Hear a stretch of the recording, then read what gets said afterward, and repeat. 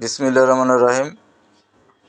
নতুন বছরে যে আমরা পিকনিক করি, এই পিকনিকটা মুসলমানের জন্য ঠিক না করা, একবারে হারাম।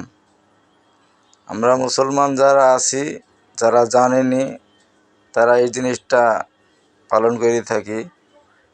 মানে নতুন বছর আসলে এটা তো একটা পালন করার জন্যে অনেক অর্থ ক্ষয় করে, অনেক টাকা পয়সা নষ্ট করে, বোম ফুটাই, পিকনিক করে।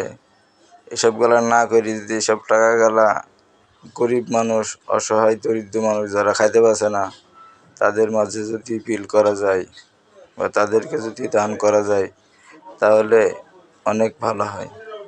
সেই কাজটা না করি এই টাকা পয়সাগুলা আমরা হুদাই নষ্ট করি।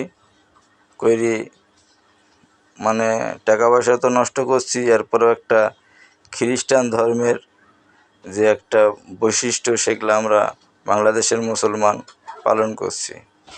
আমাদের এই জিনিসটা বাংলাদেশের মুসলমানের সাথে যায় না।